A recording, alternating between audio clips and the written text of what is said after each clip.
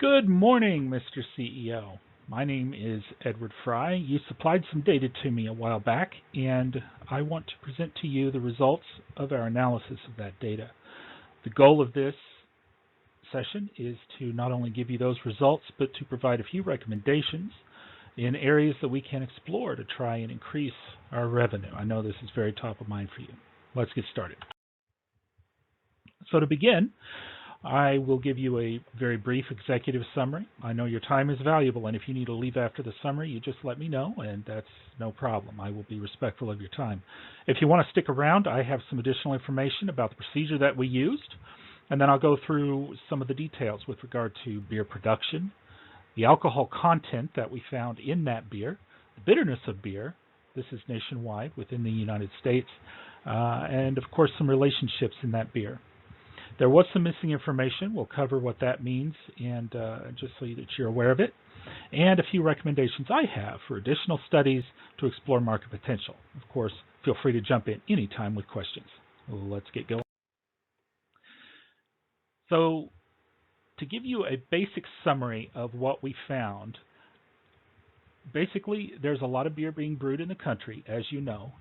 Colorado produces the most beers and has the most breweries.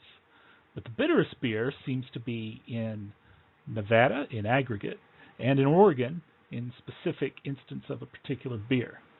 We have some marketing opportunities in terms of producing some additional beer, maybe with localized flavor in certain areas such as Nevada, Colorado, even DC. And I recommend that we also explore opening additional breweries in Colorado. It's served us well, and the data seems to confirm that it will continue to do so. Would you like to continue? Wonderful. Let me dive in to the procedure that we used. Basically, I started off by taking the data sets you gave us, and we grouped those into some key areas of interest. We looked at these breweries by state, by style of beer, and by brewery. So we did a lot of grouping in that. And then we went after some of the meaningful information. So what states had the most breweries, the highest alcohol content, and the most bitter beers? And then from that, we were able to apply some relationships and see what we had going on. So the state that produced the largest number of beers in a single state, that would be Colorado, followed by California and Michigan. A lot of beers, and as you can see, the states that produce a lot of beer far outstrip the majority of states toward the end of this graph that produce not very many. The number of breweries in Colorado leads the pack with 47 and 265 different varieties of beer, which accounts for half of all the beer brewed in the entire country. The average alcohol content, however, was highest in Nevada, as you might expect, DC, and Kentucky, interestingly enough. Now, I think the alcohol content may have something to do with the production of whiskey there, but this is strictly in beer, and they still had a high alcohol content in Kentucky. That's the top three by volume.